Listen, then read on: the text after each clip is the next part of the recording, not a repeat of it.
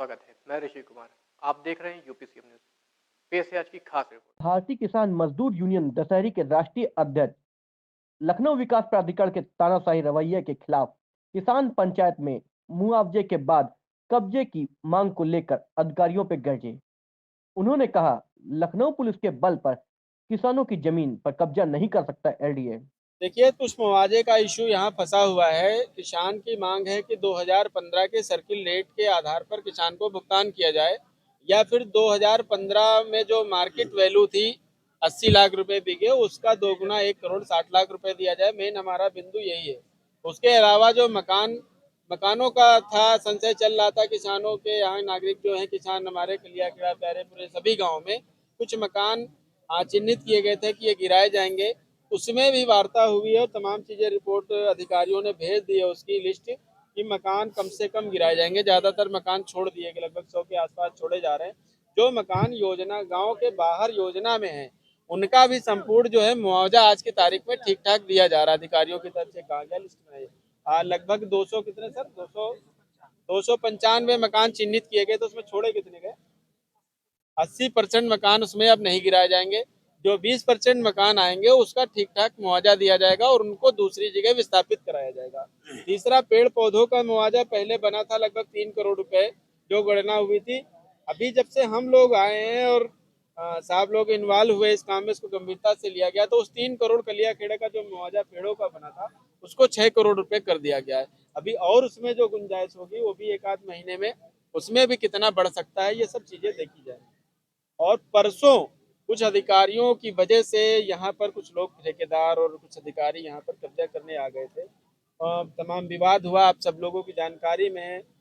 तमाम चोट लगी महिलाओं को, जो चीज़ें हुई उस पर भी गंभीरता से बात हुई है। तो मेरा अनुरोध अधिकारी जो यहाँ ज्ञापन लेने आए हैं कि समस्त समस्याओं का निराकरण करने के बाद इस योजना में काम कराया जाए और गांव के सर्किल से पहले काम शुरू कर दिया जाए, ताकि जो किसानों में एक संशय है कि हमारा मकान गिर सकता है, तो उनका वो संशय खत्म हो जाए और निर्विवाद तरीके से इस योजना को डेवलप किया जाए। यहाँ पर किसी भी तरीके की दलाली भ्रष्टाचार नहीं होना चाहिए, हमारी पहले दिन से मांग थी।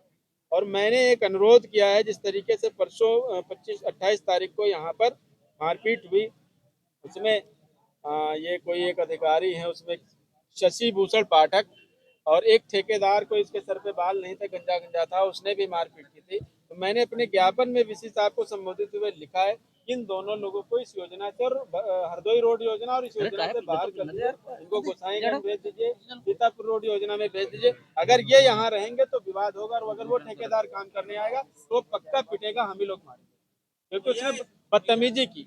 तरफ से कुछ ऐसा करे, दोनों तरफ से लागू है कि उसके लिए पुलिस आती है, जिम्मेदार थाना प्रभारी है, एसीपी साहब है, प्रशासन है, वो लोग अपनी पूरी एक मिनट वो अपनी बात आप पुलिस को बताओ, पुलिस उस पर कार्रवाई करेगी, हमारा ये अनुरोध है। तो इन नहीं, अभी तक हमारी बात ज्वाइंट सेक्रेटरी साहब आए हैं, इनसे सार्थक वार्ता है और आप आश्वासन दे रहे हैं कि जल्दी ही वीसी साहब के साथ मीटिंग कराने की बात कर रहे हैं। और बसंत योजना को लेकर भी आपकी बातचीत हुई है? हाँ, बसंत कुंज योजना के पहले ही बात हो चुकी, ज्ञापन दिया जा चुका है, मीटिंग भी हुई है। जिस दिन मीटिंग होगी 2-4 दिन में दोनों योजनाओं की बात होगी और दोनों योजनाओं का विधिक रूप से जितना ज्यादा से ज्यादा, इन्होंने कहा है, आश्वासन दिया कि हमारी कलम फंसने के बाद जहां तक हम किसानों की मदद कर सकते हैं वहां तक हम किसानों की मदद करेंगे। और आपके द्वारा जो है थोड़ा सा ठीक अधिकारी लगे, इनके द्वारा कुछ सही रास्ते पर योजना चल भी रही है, किसानों का मैं समझता हूँ भला होगा। और अगर कुछ अधिकारी ऐसे हैं अब जिनके 20 साल से खून लगा, एक बात और आपको बता दूं, मैंने एलडीए साहब, इसको अन्यथा मत लीजिएगा, मेरी एक टीम है जो भ्रष्टाचार पे काम करती है। मैंने एलडीए की ही 100 अधिकारियों की एक लिस्ट बनाई है, जिसमें कुछ अधिकारी ऐसे जिनके 50 करोड़ से ऊपर अवैध संपत्ति, कुछ ऐसे 25 करोड़, 30 करोड़, 35 करोड़, 2 अधिकारी ऐसे 100 करोड़ पार कर गए। तो मैं भी 10 तारीख के बाद वो लिस्ट भी मुख्यमंत्री जी को सौंपने जा रहा हूँ।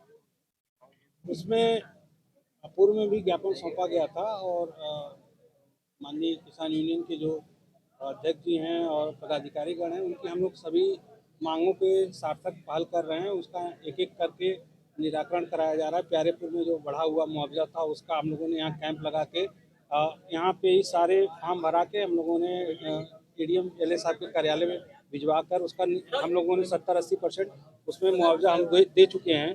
उसके बाद जो कलियाखेड़ा में कुछ मकानों का सर्वे हुआ था, पेड़ों का सर्वे हुआ था, उसके निस्तारण की बात थी। कुछ मकानों को किसानों ने और किसान यूनियन के माध्यम से छोड़ने की बात की गई थी। उसमें भी हम लोगों ने काफ़ी मकानों को चिन्हित कर लिया है कि जिनको हम छोड़ सकते हैं, और इस तरह से हम लोग सार्थक बात कर रहे हैं और किसानों की सिलसिलेवार एक-एक जो मांग है उसको हम पूरी करते जा रहे हैं।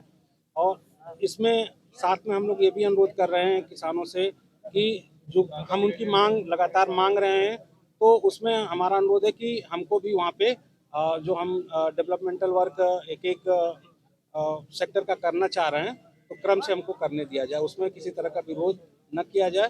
तो इसमें लगभग सारे लोग सहमत हैं और हम लोग इस तरह से धीरे-धीरे अपने कार्य पे आगे बढ़ेंगे। कुछ महीने पहले इन लोगों ने जब प्रार्थना पत्र दिया था, तो उसपे कोई कार्रवाई ना होकर डायरेक्टली जो कब्जा किया गया है, इसमें कहीं न कहीं आपके विभाग के अधिकारियों की जो कमी आई है या नहीं आई? नहीं, नहीं, ऐसा नहीं है। कार्रवाई तो लगातार चल रही है। जो प्यारेपुर का बढ़ा हुआ मुआवजा था, उस पे काम किया गया।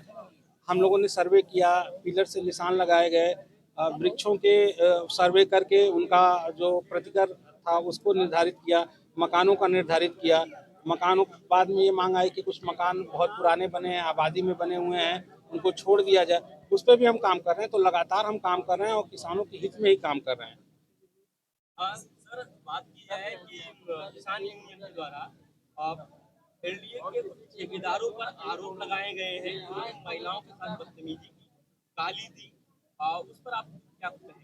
अब हम लोगों को इन लोगों ने संज्ञानित कराया, इसको हम लोग इंटरनल चेक करेंगे कि क्या इस तरह का कोई मामला है। अगर इस तरह का मामला है तो फिर हम लोग उच्च स्तर के अधिकारियों को अवगत सर, कराएंगे। अगर एक विभागीय बात कर ली जाए, ये किसान महापंचायत की यहाँ तक बात हो गई, बात कर लीजिए आपके विभाग पर। देखा जा रहा है कि जिसकी पहुंच नहीं है एलडीए तक, उसके मकान को सीज किया जा रहा है।